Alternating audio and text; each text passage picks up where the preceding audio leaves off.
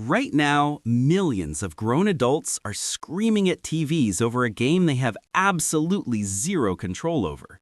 And there's a massive group of people who just don't get it. And according to neuroscience, your brain might actually be wired completely differently from theirs. Stay with me, because what I'm about to tell you will completely reframe everything you thought about yourself. Here's the thing nobody talks about. Not caring about sports doesn't make you boring. It doesn't mean you're disconnected, and it definitely doesn't mean something's wrong with you. But what's actually happening in your brain? Way more interesting. First, let me show you what's happening in the brain of someone who's obsessed with sports, because it's legitimately concerning. Researchers at Harvard put diehard Red Sox and Yankees fans inside brain scanners during games. What they found? Wild.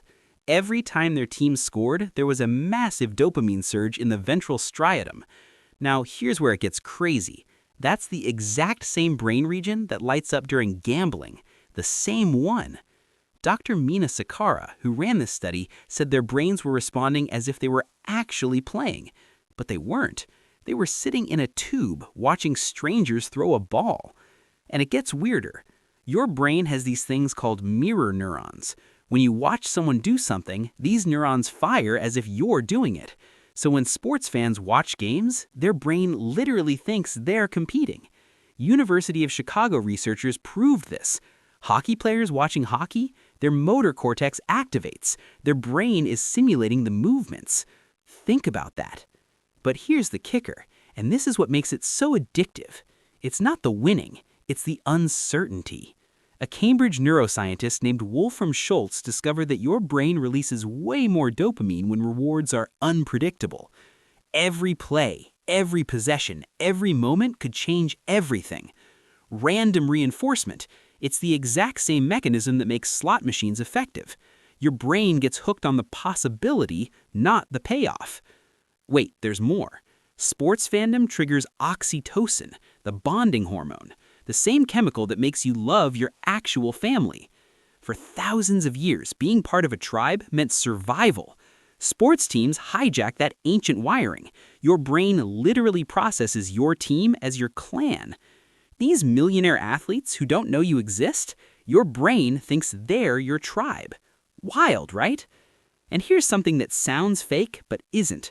Research from 2012 found that testosterone levels in male fans rise by 20% when their team wins and drop by 20% when they lose. But there's one more thing happening that reveals everything, and it shows up in the language fans use. Psychologist Robert Cialdini studied this. He called it burging, basking in reflected glory. Notice what happens when a team wins. The fan says, "We won." They attach their identity to the success. Their fragile ego merges with the victor. But when the team loses, watch the language flip. They don't say, "We lost." They say, "They lost. They played terrible." They psychologically detach to protect themselves. This isn't conscious, but it reveals something deep. They're renting self-esteem from strangers because they haven't built enough of their own. Your hormones are responding as if you're actually competing, even though you're sitting on a couch, eating nachos, watching millionaires play a game. So sports fandom isn't a hobby, it's a neurochemical hijacking of ancient survival mechanisms. But here's the question nobody asks. If all of this is happening in their brains, what's happening in yours? Okay, here's where everything clicks into place. There's a psychological concept called Locus of Control, and it explains everything about why you don't care about sports. People with an internal locus of control believe they shape their own outcomes. People with an external locus believe outside forces control their destiny. Stay with me here. When you emotionally invest in sports, you're literally tying your happiness to something completely outside your control, performed by strangers who don't know you exist in a game that doesn't affect your actual life. People who don't obsess over sports, they refuse to do this. And there's research on this. A 2024 study in the Journal of Experimental Social Psychology found that people with an internal locus of control actively avoid situations where they're powerless. They prefer investing emotional energy where there's actual reciprocity, where their care matters to the outcome, where they're participants, not spectators. Think about what that means. Sports fans need external victories to feel successful. Your self-esteem doesn't ride on whether 11 strangers won last Sunday. But wait, it gets deeper. There's actual neuroscience here. The anterior rostral portion of the medial prefrontal cortex, that's the part of your brain that processes self-knowledge. Recent research shows it lights up differently in individualistic versus collectivistic people. People who don't care about sports, this region is more active when they think about themselves. They're more autonomously oriented. Sports fans get neural activation from group identity. Their brain rewards them for belonging. Your brain rewards you for being self-directed. And here's what's wild. This might be genetic. Research suggests variations in dopamine receptor genes can predict how much someone cares about spectator activities. Read that again. Your complete indifference to whether the Lakers win or lose might literally be coded in your DNA. Your dopamine system just isn't triggered by watching other people compete. And that's not a bug, it's a feature. Now, before anyone gets defensive in the comments, I'm not saying one way is better than the other, but I am saying there are real, measurable psychological differences, and understanding them changes everything. Here's something that sounds contradictory. Sports fans often score higher on certain empathy measures. They practice caring deeply about strangers' struggles. So why don't you feel that same empathy for athletes? It's about empathy allocation. Everyone has limited capacity for caring deeply. You're just directing it somewhere else. Social causes, personal relationships, creative projects, intellectual challenges. A 2021 study found that people with low sports interest scored way higher in openness to experience and appreciation for art and beauty. You're getting your emotional highs from art, music, nature, ideas. Same needs, different source. Now let me tell you something that's going to make sports fans uncomfortable. Back in the 1950s, two psychologists discovered something called parasocial relationships. These are connections where one person extends massive emotional energy, but the other party doesn't even know they exist. Sound familiar?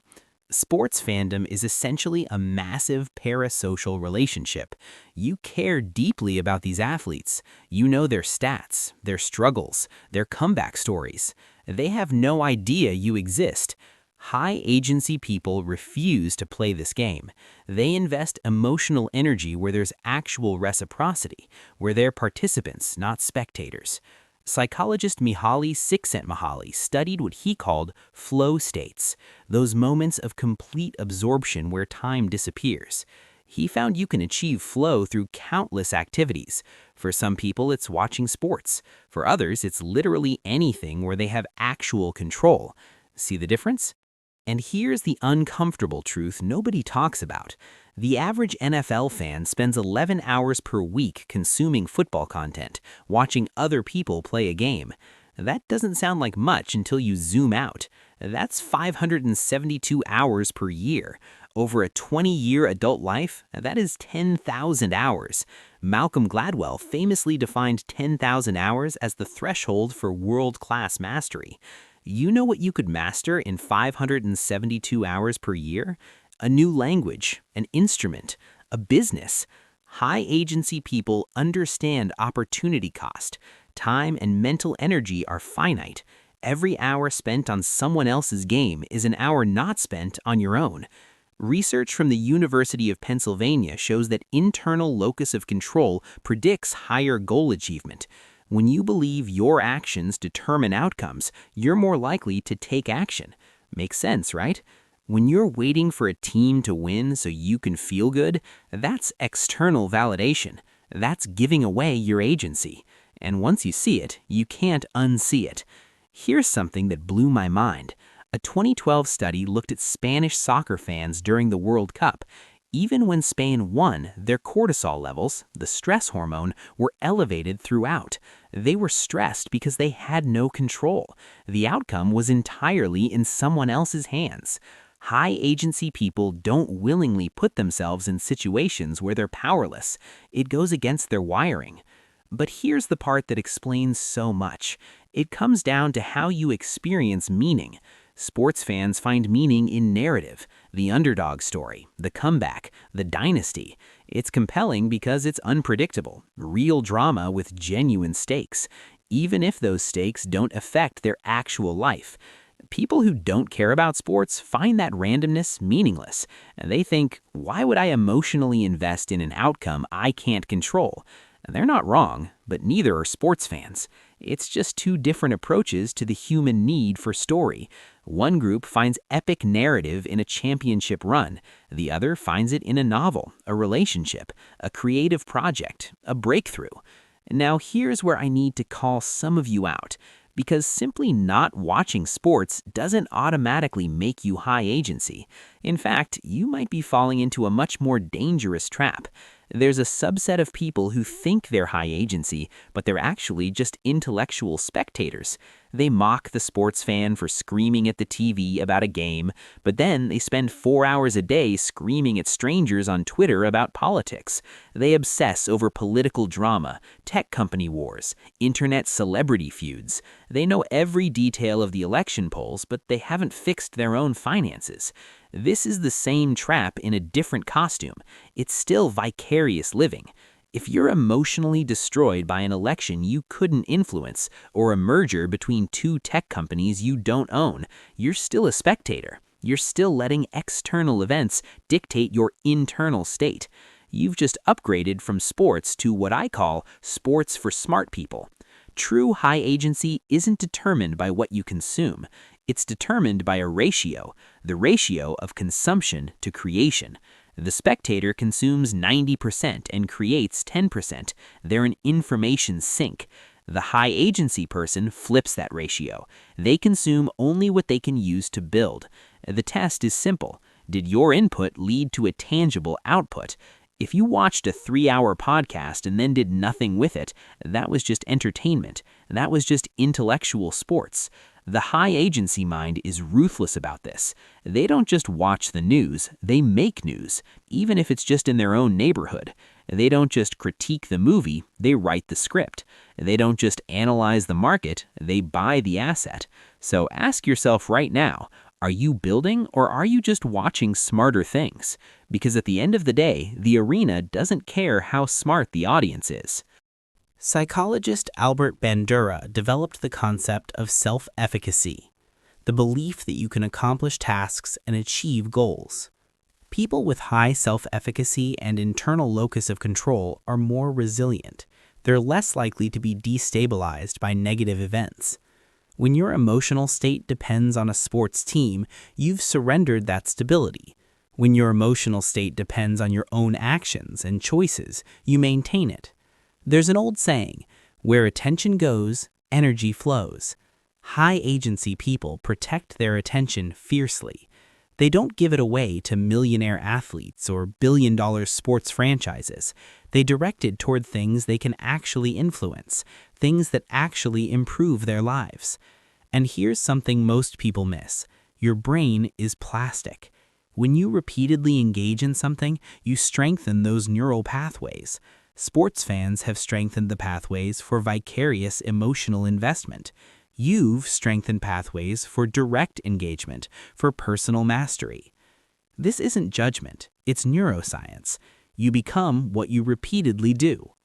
So what does all of this mean? If you don't care about sports, you're not broken. You're not missing some fundamental human experience.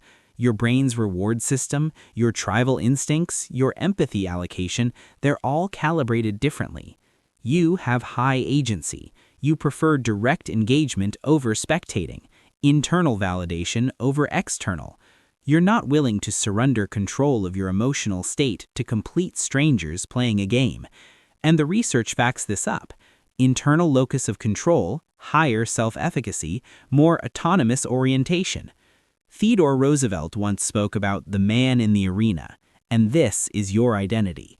He said, "It is not the critic who counts. The credit belongs to the man who is actually in the arena, whose face is marred by dust and sweat and blood. The spectator is safe. The spectator is clean. But the spectator is irrelevant."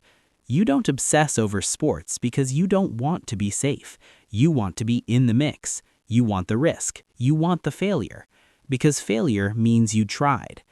The next time the big game is on and everyone asks why you're not watching, don't apologize. Don't make up an excuse. Just smile. Use those 3 hours to do something radical, something that moves the needle.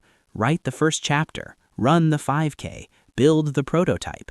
The next time someone asks, "Did you see the game?" and you genuinely could not care less, remember this: you're not boring, you're not cold, you're playing a different game, one where you're the player, not the spectator, where your actions determine the outcome, one that might, just maybe, have stakes that actually matter to you in your real life. Let them have the fantasy, you take the reality, because reality tastes better. Stop watching history. Go make some. If this resonated with you, you will love our next video. Please like, share, and click subscribe. Thanks for watching. See you in the next one.